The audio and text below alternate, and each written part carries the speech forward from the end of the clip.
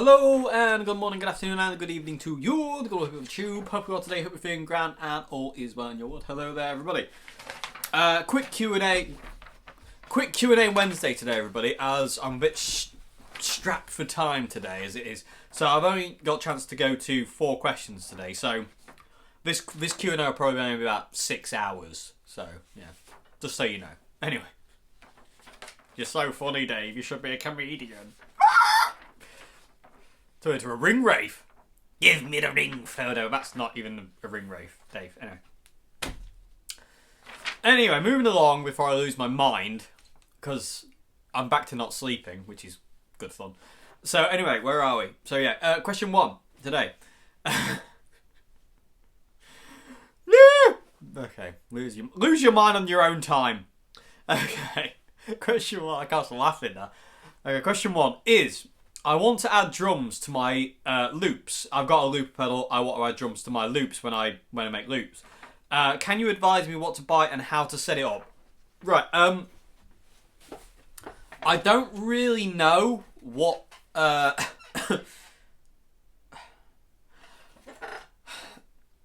tell you what I do. All I can really do is kind of tell you what I do and how I do it, because what you need really to kind of like to have like drums in your loops, if you kind of go for that thing, is a drum machine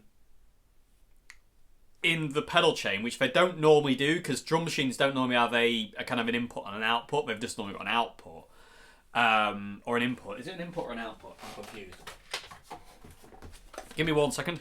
Yeah, it's just outputs. Drum machines normally just have outputs. So drum machines kind of, like, if you want to incorporate drums into your loops, are kind of normally not the way I would go. So I couldn't use Keith here for loops, unless I was to run this through something separate and then kind of loop, but then it could fall out of time and you'll have all sorts of timing issues that wouldn't be fun. He's very dusty. So what I do, and this is what I'd recommend, is look for a multi-effects unit, and there is a lot of them out there. My favourite being the Zoom. Look for a multi-effects unit that has a drum machine built in. So, 1 sec. Everything on hand today. What is going on? So, the Zoom G2, which I use, this is kind of like the brain of my pedal board, if you will. It always has been and always kind of will be. The Zoom G2 has got a inbuilt drum machine there. So that's what I use. And I apologise about my dirty nails. So that's what I use. And I use the inbuilt loops that it has. You know, they're very basic, they're very simple. They're not particularly kind of like, high quality sound. But I like that myself personally, because it adds a certain lo-fi kind of sound to the loops, which I really enjoy. Because I was thinking recently about kind of like maybe getting like different kind of like more kind of like realistic kind of drum sounds, or different kind of drum sounds on my untitled and like original songs, stuff like that. But then I was like, I really like what I've got.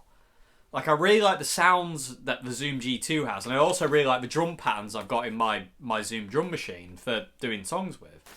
So I've tangent already, haven't I? I'm already going off on one. So I'll say this one's going to be a short Q&A, but it only lasts about 7 hours. So that's what you want to be looking for. Look for a multi-effects unit with an inbuilt drum machine. Because the really awesome thing about most multi-effects units is you don't have to use it as an effect unit if you don't want to. For instance, I know for a fact that you can totally bypass the Zoom and still use the drum machine. If you press them 2, it goes into bypass mode, but then you kind of can't really use anything in the pedal. So what I would do is, if I got something like this, is I would basically just kind of go around the menus and just turn everything off. And that way there's nothing in there on, there's nothing's going to affect. And then I would just use the drum machine. So that's what I would recommend you look for. Like I say, Zoom do multi-effects units for drum machines in, I think Moore do. I don't know how you say that, but Moore, I don't know. I know they do multi-effects units with drum kits in. I can't think of any others. People of a tube. Sorry, everyone. I have a cold as well, so it's not helping matters. When it rains, it pours. And also, I've got to talk to you something about the end as well, because... Anyway, that'll lead on to the end. So where are we? Yeah, so I would look for a multi-effects unit with a inbuilt drum machine. And then, once you've got that, you want to kind of like run it in this way. I will show you. Give me 1 second. Again, everything to hand today. What's going on, Dave? This isn't normal. Okay, so... Okay, so this is my kind of main pedal board for in here. And this is kind of like simplified small version, if you will. But as you can see, I've got a ditto looper here. So this is how I've got this set up so I can do looping on this and have the drums from the Zoom G2. So the guitar, from the guitar, I'll try and remember to do it the right way. From the guitar, we go to the DS2. From the DS2, we go to the Ibanez Wah. From the Ibanez Wah, we're going to the Golden Plexi. From the Golden Plexi, we go to the Governor. And then from the Governor, we go to the Zoom. And then from the Zoom, we go to the the Ditto. And then out of the Ditto, we go to the amp. And that way, the Ditto always been at where it is in the chain there. That gives me the ability to actually program drum loops and actually record them. And, you know, I don't have to keep the drum machine going. Once it's recorded, let's say. So that's the way you kind of want to be running it, and that's what I'd recommend. So look for a multi-effects unit with like with inbuilt drums. You know, something like a Zoom. I mean, I recommend Zoom all the time because I love, especially these G2s. I mean, I've got 3 of these things, and I want more because they don't make them anymore, and I want redundancies just in case. And this is my first ever Zoom G2, which is now in semi-retirement. It's not full retirement, but it is kind of semi-retirement. It's on its island, basically in the you know, it's in its like little retirement place in the south of France, just like sipping wine. That's what it's doing at this point in time. It's just relaxing. Whereas my other Zoom G2s have been pushed into service, if you will, and that one's just taking it easy because I've had that one since 2005. Yeah, 2004. I got that Christmas 2004. That one.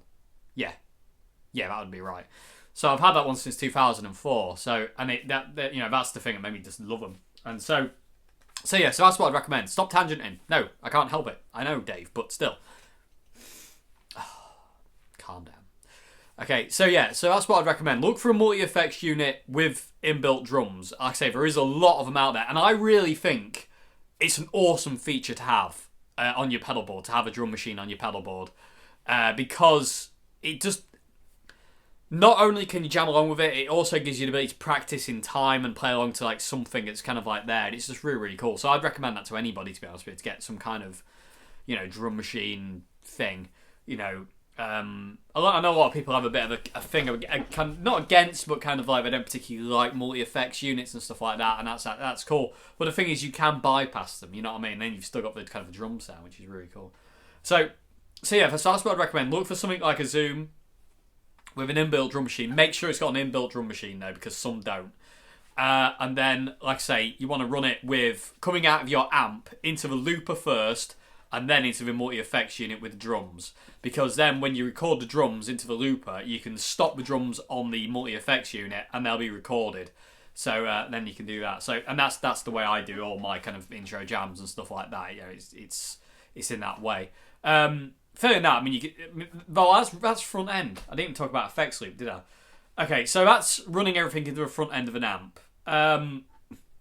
If you were to basically run the looper into the effects loop, just run the looper into the send and return, and then just run from the front of the amp straight into the multi-effects with the drums, and then it'll just record. So it's quite easy either way, really. So if you're going into the front end, looper first, and then drum machine. If you're going through the effects loop, looper in the effects loop, and then from your amp straight into the drums multi-effects unit thing. So I hope that made sense. I have a horrible feeling that I've waffled on and not made much sense, but hopefully that made sense. And yeah, hopefully it made sense of how to set it up and kind of what you want to be kind of looking for. So that's what I'd recommend anyway. So yeah. So and also I say, people with a tube, let us know in the comment section below. Multi effects units with drum machines in them. Like, you know, what have you experienced to kind of like be really good, or what do you have that you really enjoy, so to say? Let us know in the comment section below. Okay, so I do hope that's actually a question. I am a bit afraid that I haven't answered it very well, so I do hope it made sense. So I'm going to move on to question 2 now. Question 2 is, have you tried the Roland Blues Cube, and what are your thoughts on Roland amps?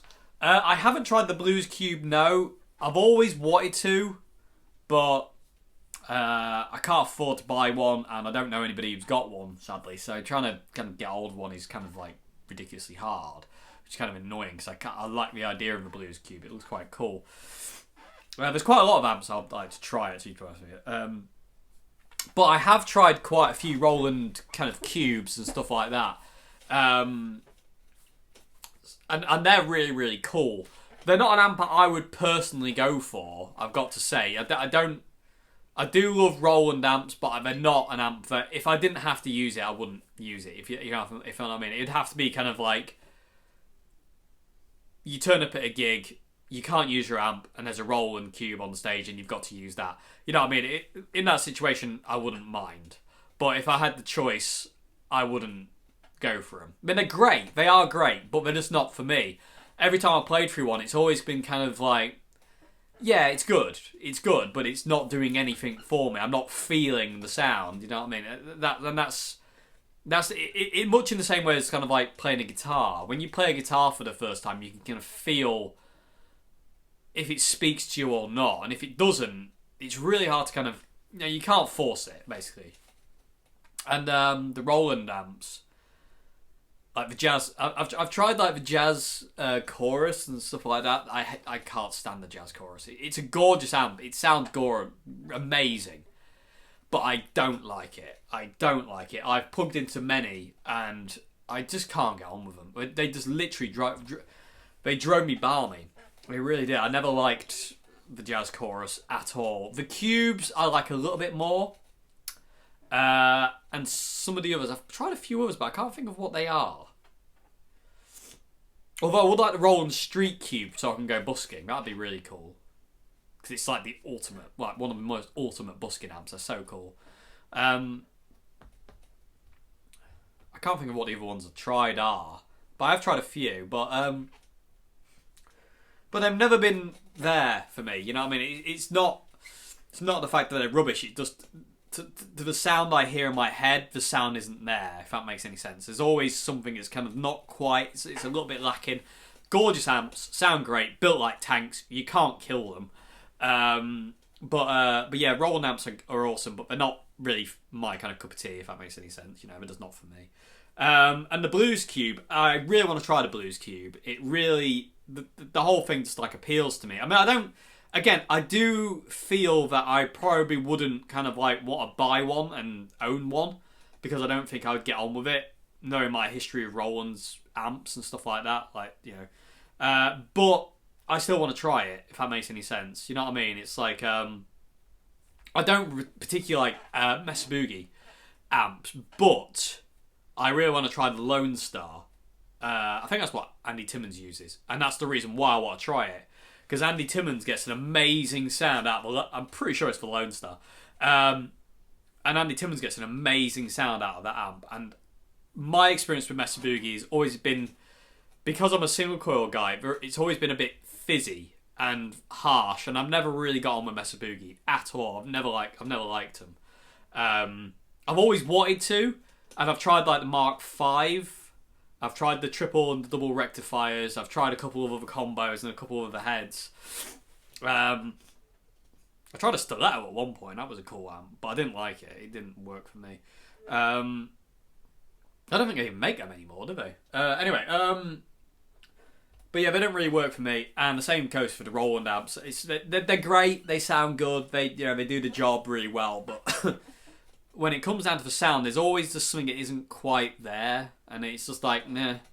And I'm sure we all know what that feels like. When you're playing and the amp or the guitar or the pedals or whatever just isn't sounding right or isn't giving you exactly what you want or feel, it's really hard to get into it. You know, it's really, really difficult at that point to kind of like, you know, to kind of like relax and enjoy what you're doing. If your sound isn't there, it can get really. I mean, you kind of get on with it because, you know, that's kind of like our job. You know, you kind of get on with it even if the sound isn't there, but it does kind of hinder you a bit. It does kind of do a bit of a kind of like a mental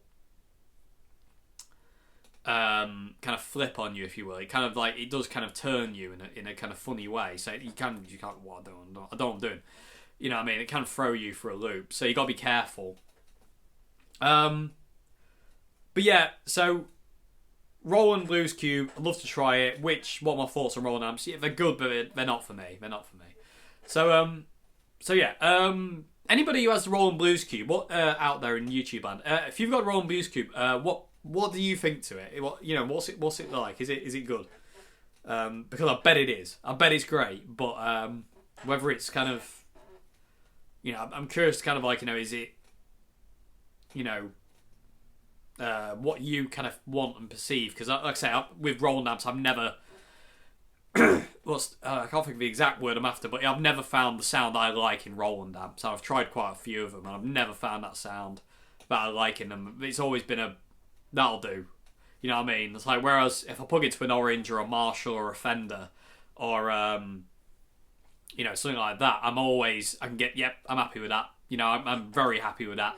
You know, whereas with stuff like Mesa Boogie and Black Star and Roland amps, just to name three, there are a few others, I've always plugged into them and I've always kind of gone, yeah, that'll do. You know what I mean? I've never been 100% satisfied with it. It's always been a kind of a bit of a compromise, so to say. So yeah. Anyway, I hope that's answered your question. I was trying to think if there's anything else I've missed out on there. But saying that, there have been a few Marshall amps I've plugged into and a few Fender amps I've plugged into, but I'm like, nope, that isn't me either. Yeah, the thing is, when I first started playing guitar, I knew the kind of sound I wanted, which is a bit weird. Within the first year of playing guitar, I knew what I wanted my guitar to sound like, and it was kind of like basically a couple of years to basically find it, you know, what worked for me, and but I knew exactly what I wanted, and I still do. My idea of what I want my guitar to sound like has never really changed, because I want it to be nice and warm and kind of like really kind of singy with loads of sustain, but I don't want it to be harsh, but I do want it to cut. You know what I mean? I want it to be able to cut through the mix, but I don't want it to be, you know, shrill and horrible and harsh. So and like I say, I want it to kind of like, when I go to the neck pickup, I want the guitar tone to sound like a kind of aggressive violin, where you kind of got it's got a flow to it more than anything. So yeah. Anyway, that's another video for another time, I'm sure. So yeah. So I hope this answers your question. I'm gonna move on to question 3 now. So question 3 is,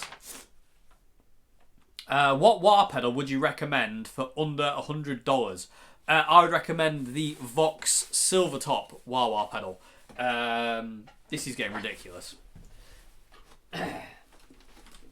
Everything's on hand today. This thing. It doesn't look silver, does it, in that light? Yeah. Hopefully you can kind of see it's silver. But this is my favourite wah pedal of all time.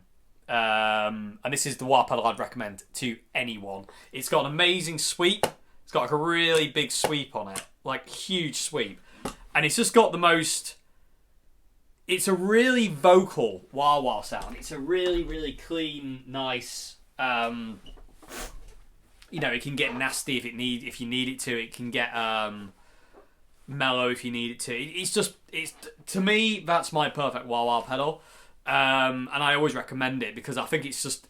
There's so much in it. You don't have to use the full sweep. You can use a little bit. If you go from like all the way back to like there...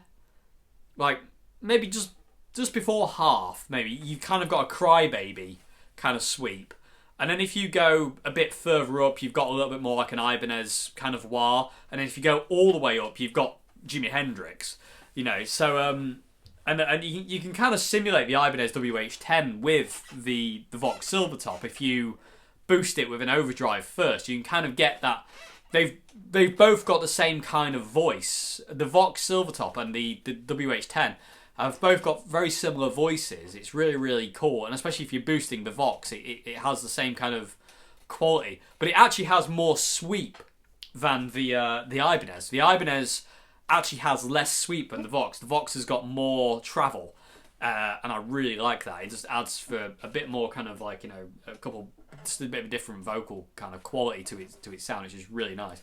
So, which is really weird actually, because at this point in time, I flip-flop between the Ibanez WH10 and the Vox. At this point in time, I'm using the Ibanez more, just because that's the mode I'm in at this point in time.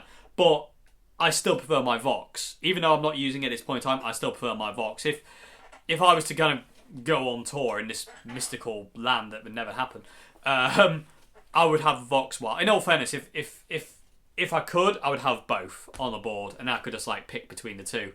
You know, depending on what I wanted to hear at that point in time. I mean, that would be ideal actually. To have both next to each other would make me very happy, because then I could just pick and be greedy, you know. But yeah. So at this point in time, the places I play, I need a very small pedal board, so I can't really get away with having two wah-wah pedals, because it just wouldn't work. I would run out of space very quickly. So that's the wah pedal I'd recommend. The Vox Silvertop wah. I think it's like a V847, V8749715962125 version 9. I don't know. It's just the one with the chrome top. I just call it the Silvertop. I'm dyslexic. I can't do numbers. Anyway. So that's the wah pedal I'd recommend. They are really, really cheap, and they're just awesome. They are absolutely awesome, and they work for so many different styles, and I just love it. And I say the travel on it's just got such a voice. It's got such a voice, and it's so cool. And it's really warm, and it's clean, and I like that. It's a really clean wah pedal. Okay, you also asked, which do you like better, the Stratocaster or the Jaguar? I am a Strat man through and through, but the Jaguar is a stunning guitar as well. And I've always said that if I couldn't play a Stratocaster ever again, if somebody came in and says, right, you're not allowed to play Strats ever again, if we do, we're going to chop your fingers off, I would just play Jaguars, like, exclusively. I pretty much play Stratocasters exclusively, apart from the odd time where I play my Telecaster and my Jag, and my Les Pauls every now and again. But I am a Strat man. Absolute tried and true Strat man. They are the guitar that, and this sounds really silly, and I heard Mike McCready say it years ago, and it just kind of stuck with me, and I was like, that's exactly how I feel. The Stratocaster, when I play it, it feels like it was designed for me. You know what I mean? Not in a kind of like egocentric kind of way, but kind of like the way it fits, and the way what it enables me to do, and the way it feels, and you know, and the way kind of like it sits and stuff like that. It's just perfect. And the only other guitar that I've got that comfortable with is my Jaguar, actually, apart from that Telecaster, which is just like ridiculously awesome. But all the other guitars I've got that aren't Stratocasters or my white Jag on my Tele, there's always a slight kind of, it feels good, but it doesn't feel, I want my Strat. I'm always like, I want my Stratocasters. I always want my Strats back. So, my favourite guitars out of the Jag and the Strat is the Strat. But like I say, if somebody came along and said you can't play them anymore, I would just play Jaguars, because they're not the same, but they don't feel too dissimilar. You know what I mean? Apart from obviously the scale length on the Jaguar is smaller and certain things, but I just love Jaguars. I think they just look gorgeous as well. You know, I really want a Fiesta Red Jag, because I've got my white one. That is my dream colour and look of a Jaguar. But being a John Frusciante like freak, I want a Fiesta Red Jaguar with matching Fiesta Red headstock, mint green scratch plate, basically 60 spec Jaguar. I would love one of them. So one day, I will get one of them as well. And because I was thinking of just buying another kind of like Squire vintage modified, and just spraying it. But I was thinking of buying a white one and spraying it Fiesta Red. So as it wore through, it'd have a white undercoat, which is what John Frusciante's has. It's got a white undercoat, and you can see. And I was thinking of doing it myself, but I say at this point in time, it's well out of my price range to buy another Jaguar. So in the future, that will happen, but just not at this point in time. So yeah, but again, I am a Strat person. I am a Strat man through and through. I just absolutely adore them. To me, it's the perfect guitar. And it's not dissing any other guitar, because Les Pauls, SGs, Jaguars, 335s, Jazzmasters, Telecasters, all sorts of these other guitars are just gorgeous as well. Just that for me personally, the Stratocaster fits me the best and enables me to do what I want to be able to do, and also able to channel what I want to channel through the Stratocaster. Sometimes with a Les Paul there's a block and I can't get into it. Sometimes with certain Telecasters I've had over the year there's been a block. Certain Les Pauls I've had, certain SGs I've had, certain hollow bodies I've had. There's like a block there where I can't just switch off to anything. And the Stratocaster, I never have that issue. As long as I got one of my Strats, I can just go, unless I'm having a bad guitar day, which unfortunately happens to us all. But I just find the Stratocaster is my perfect guitar. So yeah, out of the Strat and the Jag, it's the Strat for me. So anyway, hope it's answered your question, and going to move on to the final question of the day. Everybody, question 4. Let me check the time. Okay, yeah, so I'm going to have to crack on here. So, question 4, final question of the day is, there's a few parts to this. So, how did I learn to sing? I didn't. In all fairness, I don't think I'm a good singer. I think I'm a terrible singer. But the way I learned to sing was out of necessity, more than anything. When I first started singing in 2007, and again, it was out of necessity because I just left Gimbal, the band I was in, the punk rock band I was in. I did backing vocals in that band, but I didn't sing. It was just backing vocals. And I wanted to go out and do my own band, the trio, Dave Simpson Trio. I wanted to go out doing that as a free piece, doing Rory Gallagher, Jimi Hendrix songs. But I was like, I don't know anybody who'd want to sing that stuff. So I was like, well, I'm going to have to sing it. So I just kind of basically threw myself in at the deep end and learn on stage more than anything. You know what I mean? When I first started singing and playing, I couldn't sing and play. And as a result, my timing would just take a dive. And it took a long time for me to... it took years for me to be able to actually sing and play competently, to the point where I'm not singing to what I play and I'm not playing to what I sing. I don't know if that makes any sense. But like, yeah, that kind of thing. It took me a long time. It took me years. And it's only, I feel, in the last 3-4 years that I've actually started to develop a voice. Whether it's a good voice or not, I don't know. I mean, that's not for me to decide. I do enjoy singing. I really enjoy singing and playing guitar. It's one of those things that, like, I've always just loved doing.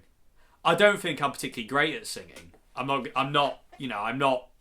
have a great voice by any stretch of the imagination, but I can hold the tune. You know what I mean? And it was people like Chris Cornell and Kirk Bain and John Frusciante and people like that who would sing, and they never sing perfectly in pitch. Especially if you listen to Chris Cornell, he always kind of slurs into the note.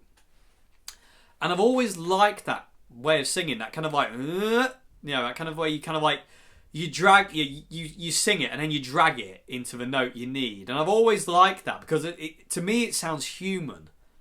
You know what I mean? It's a really human element of singing. I've always enjoyed that, I'm not singing horrendously out of tune or anything like that, but the whole idea of, like, you can tell, like, there's that human element where it's not perfect. You know what I mean? It's slightly off, and I like that. And with my original songs I've been put up recently, some people have been saying, like, that's not quite in tune, and I was like, no, but I like the fact that it's not. You know what I mean? It's like, and it doesn't bother me because it's in tune enough. And the fact is, it might not be in tune for that second, but the next second around, it'll get dragged in. And I like that. Again, and it gives a human element to it. I don't like the idea of everything being prim and proper and perfectly pitched. I like certain kind of chaotic things like that, where it's a bit unruly, if you will, if that makes any sense. So, and I like that. And again, people like Kurt and Chris and even John Frusciante does it to an extent where it's slightly not quite right, but it's good enough. And I quite like. And again, because we are human, we're not perfect, and because we're not perfect, that should be expressed in certain things like singing or guitar playing. You know, not quite making a bend, or making a bend that isn't quite right and then having to correct it. It can do so much, like, to the feel of the song and the way the song is kind of like perceived and the way it feels and stuff like that. It's an amazing thing, and it all comes down to feel, of how you feel it. It's like when I sang those songs that I've been releasing recently, because of what's going on and what kind of I'm going through right now and everything like that, they've been really hard to sing because of the subject matter. They've been really hard to sing, and I have found myself welling up and having to stop mid-take because I can't do it. I've had to stop, take a bit of a breather, and then come back and do it. And sometimes you can kind of hear that in people's voices, where they're struggling with something, you know, internally, or you know, there's just something that's just plaguing them. And you can hear it and you can feel it in their voice, or their guitar playing, or their drumming, or their bass playing, or their piano playing, or whatever. You know, and you can feel it, and it's such an expressive thing to kind of like, you know, be not quite perfect. And the fact that, you know, if you can just accept the fact that you're not perfect, then things just become so much easier. You know, it's never going to be perfect, so just stop trying. You know, this is one of those things that I always think about. The songs I've been releasing, I've been recording them in one day and getting them out. I've been recording them, I've been writing them in the morning, recording them mid-morning to afternoon, and then once kind of like 5-6 o'clock time rolls around, the song's finished and it's released. And that's the way I'm working with it right now, is because literally, like, I don't want my brain to start thinking about, I could do this better, or I'm not quite singing in tune there, or that guitar line isn't quite right, or that bass line isn't quite right, or that drum pattern isn't quite right, or that's too loud, or that's too quiet. I'm not giving my brain chance to think about that and overanalyze. I'm just literally like, you know, no, done. It's out. There's nothing you can do about it now. It's done. You know what I mean? Yeah, you can always go back and re-record it in the future and maybe kind of like make it a little bit better, but the fact is, that's the original version now. And I like that. I like that idea. And it comes back down to that whole thing of like, if you think about the Animals doing House of a Rising Sun, they did that in one take. They went in, played through in one take, and that was it. And stuff like Black Dog by Led Zeppelin, the kind of alternate riff that starts on the B note instead of the E, where it kind of staggers around the place. There's a mistake in there, you know, and also, and I like that because it's a human thing, you know. And there's also at the beginning of Black Knight by Deep Purple. I think it's during the first riff. I could be wrong. It could be in the second riff. I think it's in the beginning though. During the intro of Black Knight, the studio version, if you listen really closely, you can hear Ian Pace go ooh like that, and it's because he hits himself with a drumstick, and the mic's picked it up.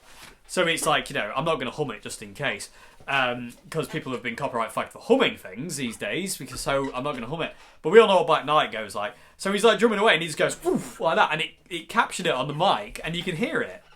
Satisfaction by the Rolling Stones, you can hear Keith trying to turn on the fuzz pedal and failing. It won't turn on, and then it comes in late. And Eddie Kramer, there was like a masterclass thing I was watching with Eddie Kramer, who was Jimi Hendrix's producer and Led Zeppelin's producer and stuff like that, and engineer and mixer and stuff like that. And he was saying, you want to know the secret to what makes those old records special? He says, the mistakes. He says, that's what makes those records special. He says, they left the mistakes in because they couldn't go back and fix it in Pro Tools.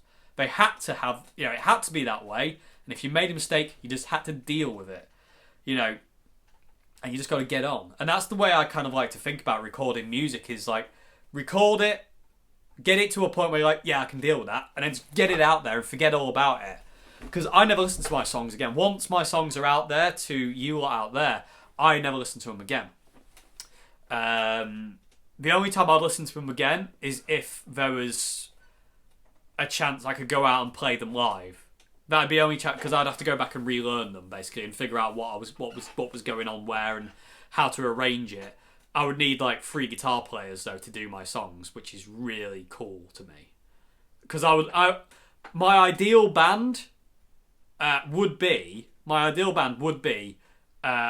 drummer, bass player, 3 guitarists, and everyone has to sing.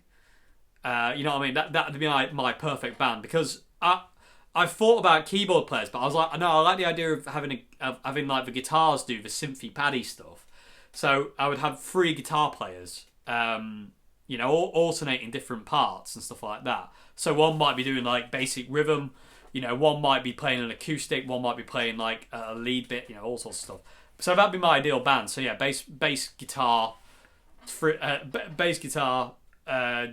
and then 3 guitarists. That'd be my ideal band. So I could cover all the sounds that I want live. And maybe one day I'll be able to do that, but that day isn't anytime soon, sadly. But anyway, I've tangented off, haven't I? But yeah, how did I learn to sing? How did I get there? I don't even know anymore. Anyway, I've got to hurry up. I'm against the time. I'm against the clock here. I'm actually running out of time on the camera. So much for a quick Q&A day. How did I learn to sing? Yeah, I learned to sing by throwing myself in the deep end. Quick answer. Moving along. Next part, question 4 is: can you use the Boss DS2 to play along with Band of Gypsies songs, or do you need a fuzz? No, you can use DS2. In all fairness, I use the DS2 when I play Jimi Hendrix stuff all the time. I don't really use a fuzz anymore. I've always loved the DS2 more than fuzz. I do love fuzz pedals, but I love the DS2 more, especially on turbo mode. Heaven, I tells you. But yeah, you can use the DS2 for Band of Gypsies stuff. Yeah, easy. Yeah, no problem at all. In all fairness, there's a lot to be said for... Jimmy's fuzz face wasn't a fuzz face. It was a custom-made fuzz overdrive pedal in a fuzz face enclosure by Roger Mayer. Same with Jimmy's wah-wah pedal. It was a Roger Mayer tinkered with that. Roger Mayer tinkered with everything. His guitars, Jimmy would mess around with his guitars. Nothing that Jimi Hendrix played, even his Marshalls, was stock. Everything was messed around with. So when people like, that's the thing. If you listen to Jimi Hendrix's fuzz pedal, it sounds like no other. It doesn't sound like a fuzz face.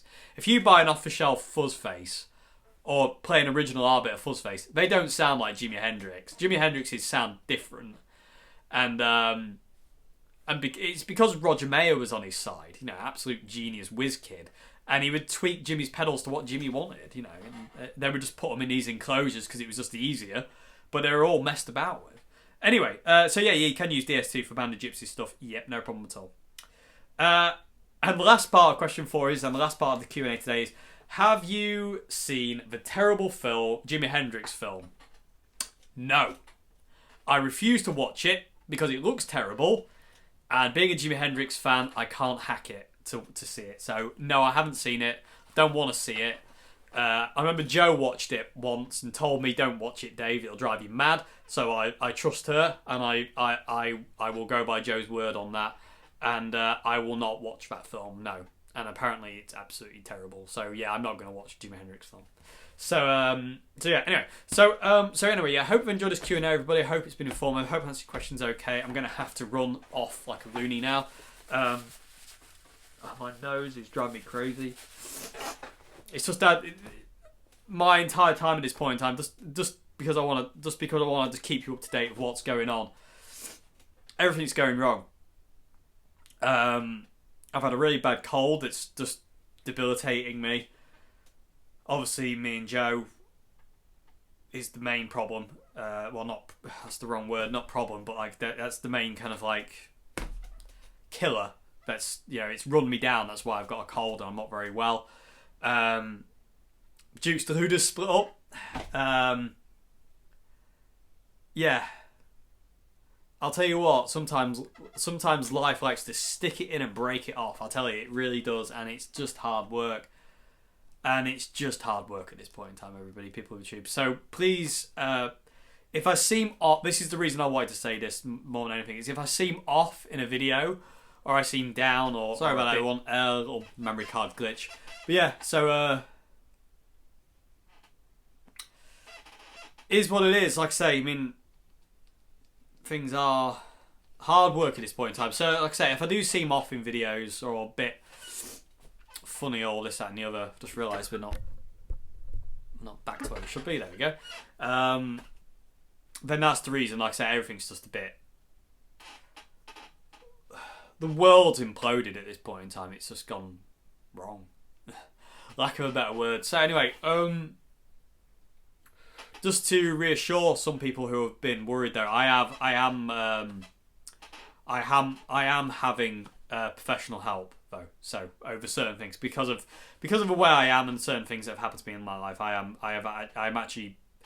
seeked out, and now I'm having certain counselling sessions and stuff like that, and therapy sessions, which are helping. So it's really, really good, and they've kind of come at the perfect time, really, because I need it right now, because I think I'd lose my mind considering everything that's going wrong at this point in time. So if I seem a bit funny, that's why everything's just kind of like blown up. So it's hard to deal with at this point in time. But anyway, enough on that. Like I say, I hope I answered your questions okay. I hope you enjoyed this video, everybody, and sorry for the depressing outro. But I hope you enjoyed this video anyway, regardless of that. Kind of wish I hadn't said it now. Anyway, yeah, I hope you enjoyed this video, everybody. Have a great morning, afternoon, good evening. I'll see you on Friday for something. But yeah, we're going to be delving into something. I don't really know what it is, but you'll see on Friday, and I'll talk about it then. But I don't really know what it's going to be at this point in time, because yeah, I just don't know. We'll see. We'll see on Friday. Anyway, I hope you enjoyed this video, and goodbye. Have a great morning, afternoon, and good evening, and goodbye now. Thank you very much for watching.